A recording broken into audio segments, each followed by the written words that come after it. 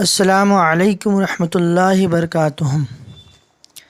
میرے عزیز و دوستوں بزرگوں، آج کا ہمارا سبق ہے روزے کی حفاظت۔ الحمدللہ، جس طرح رمضان المبارک کے مہینے میں عبادتوں کا ثواب بڑھا دیا جاتا ہے، جیسا نفل کا اجر فرض کے برابر ہوتا ہے، نیکیوں کا اجر بڑھ جاتا ہے، اسی طرح سے اس مہینے میں گناہوں کا وبال بھی عام دنوں کے مقابلے میں زیادہ ہو جاتا ہے۔ اس لیے روزے کو منہیات اور لایعنی چیزوں سے بچانا چاہیے۔ صرف کھانے پینے اور خواہشات نفسانی سے روکنے کا نام ہی روزہ نہیں ہے، بلکہ جسم کے ہر عضو کا روزہ ہونا چاہیے، یعنی جسم کے ہر حصے کا۔ جس طرح میں نے آپ کو پچھلے مذاکرے میں بتایا تھا کہ نگاہوں کی حفاظت، زبان کی حفاظت، کان کی حفاظت، کہ ہماری نگاہ، کان سب جو ہے ان چیزوں سے بچیں جن چیزوں سے اللہ ناراض ہوتے ہیں۔ مثلا کسی کو ناحق نہ ستائے۔ آج مزاج ہوتا ہے، مذاق ایسی کی جاتی ہے کہ سامنے والے کا دل دکھ جاتا ہے۔ ناحق ستانا ہی ہوا کہ ایسی بھی مذاق نہ ہو جس سے سامنے والے کی دل آزاری ہو۔ اس سے بچیں ہم، کوئی گناہ کا کام نہ کرے، گناہ کے کسی کام کی طرف اپنے قدم کو نہ ہی بڑھائے۔ مثلا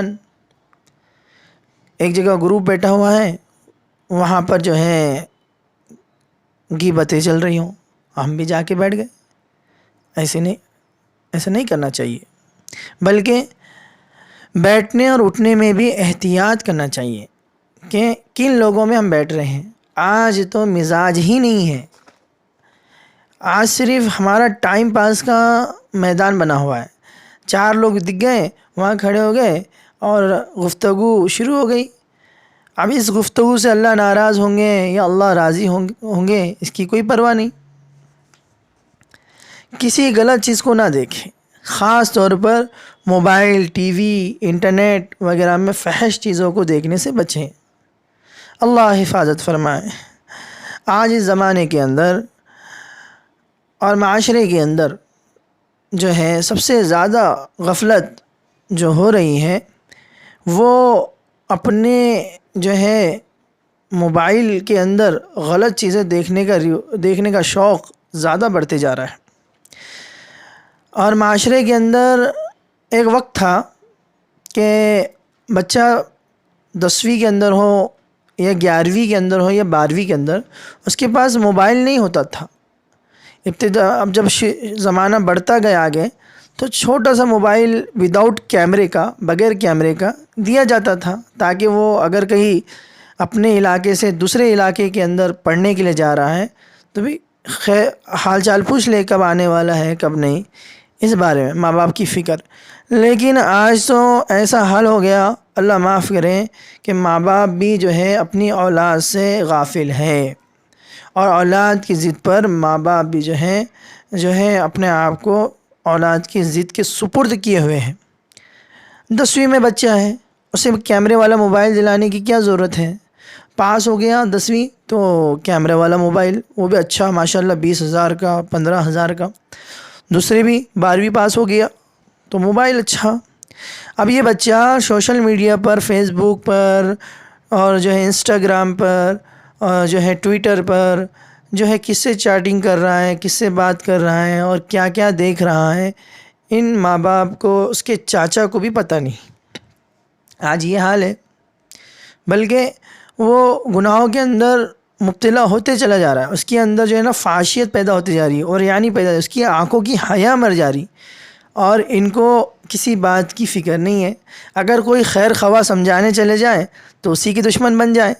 آج یہ زمانہ بنا ہوا، تو آج کے بچوں میں ایٹیٹیوڈ تو بہت زیادہ ہے، تکبر بہت زیادہ ہے، بات نہ ماننے کا جذبہ ہے، ماننے کی بات کا جذبہ نہیں ہے، اور جو ہے اگر کوئی سمجھائے تو اس سے جو ہے بد مزاجی سے پیش آتے ہیں، اور جو ہے اس سے قطع رحمی کر لیتے ہیں، اور جو ہے بدگمانیاں اور اس کے تعلق سے فسادات مچاتے پھرتے ہیں۔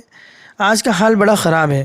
تو آج جو نوجوانوں کے اندر کم عمری میں ہی جو ہے بگاڑ کا ذریعہ مہیا کیا گیا ہے موبائل، جس میں سب سے بڑا دخل ماں باپ کا ہے۔ ماں باپ کا ہے اصل میں، کہ ماں باپ ہی کا کردار اصل ہے اولاد کے لیے۔ اگر ماں باپ تربیت پہ دھیان نہ دیں تو اولاد بگڑ جاتی ہے۔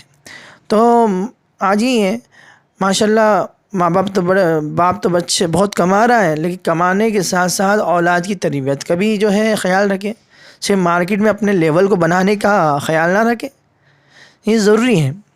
اس لیے اصل میں موضوع تو الگ تھا، روزے کی حفاظت، تو کسی غلط چیز کو نہ دیکھے، خاص طور پر موبائل میں وغیرہ کسی غلط آواز کو نہ سنیں، جیسا گانے، میوزک، فحش مواد کو سننے سے اپنے کانوں کو پرہیز کریں۔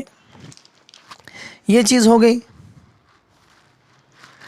اب یہ کان کی جو حفاظت ہے، اس میں انسان گانے بھی سن لیتا ہے، غیبت بھی سن لیتا ہے نا۔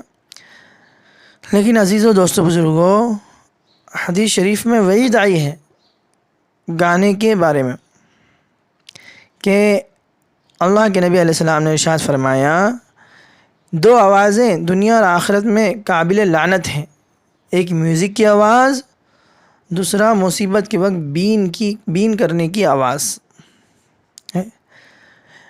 اور ایک جگہ اللہ کے نبی علیہ السلام نے ارشاد فرمایا، وہ علامت بیان فرمائی جن کے پائے جانے کے وقت میں امت مسلمہ عذاب سے دوچار ہوں گی، ان میں سے ایک علامت یہ ہے گانے کی اور گانے کی آلات کی۔ ایک حدیث میں عائشہ رضی اللہ عنہا حضور صلی اللہ علیہ وسلم کا ارشاد نقل فرماتی ہیں، جس کا انتقال ہو جائے اور اس کے پاس کوئی گانے بجانے والی باندھی ہو تو اس کی نماز جنازہ نہ پڑھو۔ کتنی سخت وعید ہے۔ اس روایت سے حضرت صلی اللہ علیہ وسلم کی نظر میں گانے کی ناپسندیدگی کا انداز لگایا جا سکتا ہے۔ اس لیے جو ہے ہم ان چیزوں سے بچیں۔ گانا بجانا دل میں نفاق کو ایسے اگاتا ہے جیسے پانی کھیتی کو اگاتی ہے۔ اللہ کے نبی نے ارشاد فرمایا، میری امت کے کچھ لوگ شراب ضرور پیئیں گے مگر اس کو دوسری چیز کا نام دیں گے، اور ان کے سروں پر گانے بجانے کے آلات بجا جائیں گے، تو اللہ تعالیٰ انہیں زمین میں دھسا دے گا اور انہی میں سے بعض کو بندر اور خنزر بنا دے گا۔ اس لیے ہم جو ہے ان چیزوں سے بچنے کی فکر کریں۔ امام شافعی رحمۃ اللہ علیہ فرماتے ہیں کہ گانے والا جس کے لیے گایا جائے دونوں ملعون ہیں۔ آج تو اللہ معاف کرے، آج کے نوجوانوں کو سمجھانا مشکل ہے، یہ باتیں سیرت کی سمجھ میں آتی نہیں۔ ٹرینڈ کا زمانہ چل رہا ہے، لیٹسٹ زمانہ چل رہا ہے، اور لیٹسٹ زمانے کے ساتھ چل رہے ہیں، جس پہ اللہ کی ناراضگی بھی اتر رہی ہے۔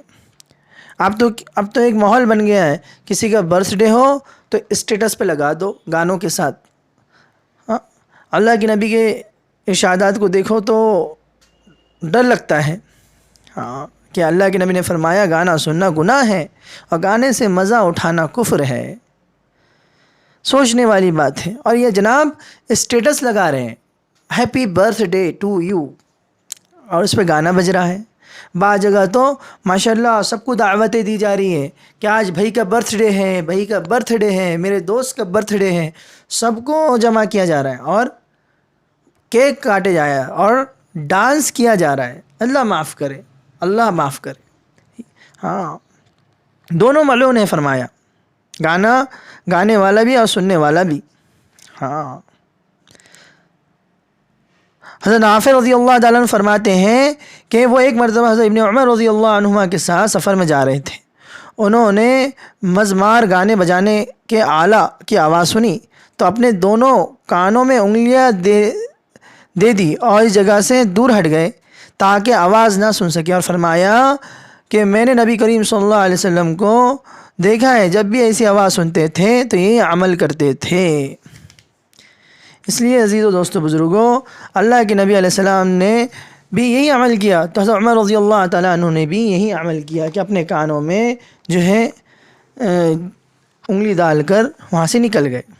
اور آج ہمارا نوجوان معاشرے کا کیا کر رہا ہے، یہ سوچنے والی بات ہے۔ اس لیے اس سے پرہیز کرنا چاہیے۔ کوئی گندگی اور فحش بات زبان سے نہ نکالے، جھوٹ نہ بولے، کسی کو گالی نہ دے، جھوٹ نہ بولے اور کسی کو گالی نہ دے۔ جھوٹ بولنے پہ اللہ کے نبی کی معانت آئی ہے، اللہ کے نبی نے منع فرمایا ہے۔ کسی کی چگلی نہ کرے، کسی کی غیبت نہ کرے، کسی پر بہتان نہ لگائے، اپنی زبان سے کوئی ایسی بات نہ نکالے جو اللہ اور اس کے رسول صلی اللہ علیہ وسلم کو ناپسند ہو، یا جس سے اللہ کی کسی مخلوق کو تکلیف ہوتی ہو۔ نیکی اور خیر کے کاموں میں اپنے آپ کو زیادہ مشغول رکھے، اور گناہ کے کاموں سے بچیں گے تو اس سے ہمارا روزہ اللہ کے رسول کی منشا کے مطابق ادا ہوگا، رمضان کی صحیح فضیلت اور خیر برکت ہمیں حاصل ہوگی۔ اس لیے عزیز و دوست بزرگوں، میری گزارش ہے کہ ہم جو ہے روزے کی حفاظت کریں، جھوٹ سے بچیں، غیبت سے بچیں، اپنی نظروں کی حفاظت کریں، کانوں کی حفاظت کریں، بلکہ یہ سب چیزیں آج کے دن نہیں بلکہ پوری زندگی کے لیے ہماری ہو جائے۔ یہ رمضان ہماری زندگی کے بننے کا، سنورنے کا ذریعہ بن جائے۔ ہاں، زبان کی حفاظت بھی ہو کہ جب آدمی صبح سو کر اٹھتا ہے تو سارے اعضاء زبان کے سامنے عاجزی کرتے ہیں، کہتے ہیں ہمارے واسطے سے ڈرتی رہے، اس لیے کہ ہم تیرے ساتھ ہیں، اگر تو سیدھی رہے تو ہم سیدھے رہیں گے، اور اگر تو ٹیڑھی ہوں گی تو ہم بھی ٹیڑھے ہوں گے۔ معلوم ہوا کہ زبان کو قابو میں رکھنا اللہ سے حیا کا حق ادا کرنے والے کے لیے ضروری ہے، اس کے شرم کا حق ادا نہیں ہو سکتا۔ اس بنا پر نبی برحق صلی اللہ علیہ وسلم نے نہایت تاکید کے ساتھ زبان کی حفاظت کی ترغیب دی ہے۔ آپ کا ارشاد ہے، جو غلط بات کہنے سے خاموش رہا وہ نجات پا گیا۔ اپنی زبان کو قابو میں رکھو، اور تمہارا گھر تمہیں گنجائش دے تو بلا ضرورت وہاں سے نہ نکلو اور اپنی غلطی پر رویا کرو۔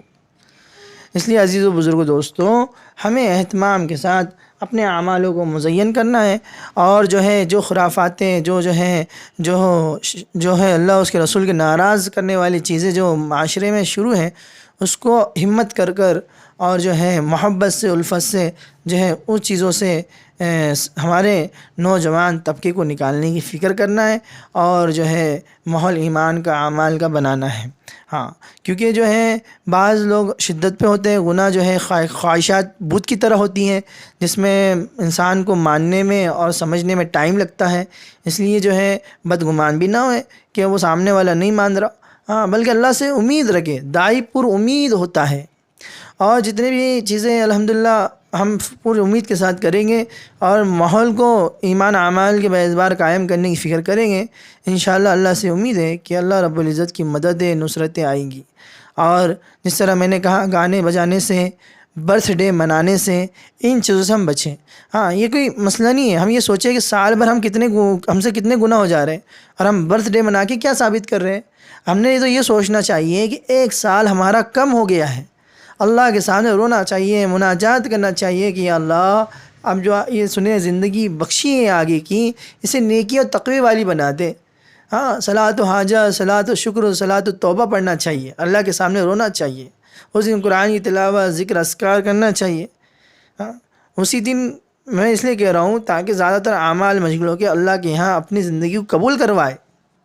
ایسے تو روزانہ کرنا چاہیے، اور رمضان المبارک کے مہینے میں زیادہ سے زیادہ اعمال کرنے کی ہم فکر کریں۔ ہاں، اپنے آپ کو ہم اللہ سے تعلق مضبوط کرنے کی فکر کریں۔ اللہ تعالیٰ مجھے اور آپ کو عمل کرنے کی توفیق نصیب فرمائے۔ وآخر دعوانا الحمدللہ رب العالمین۔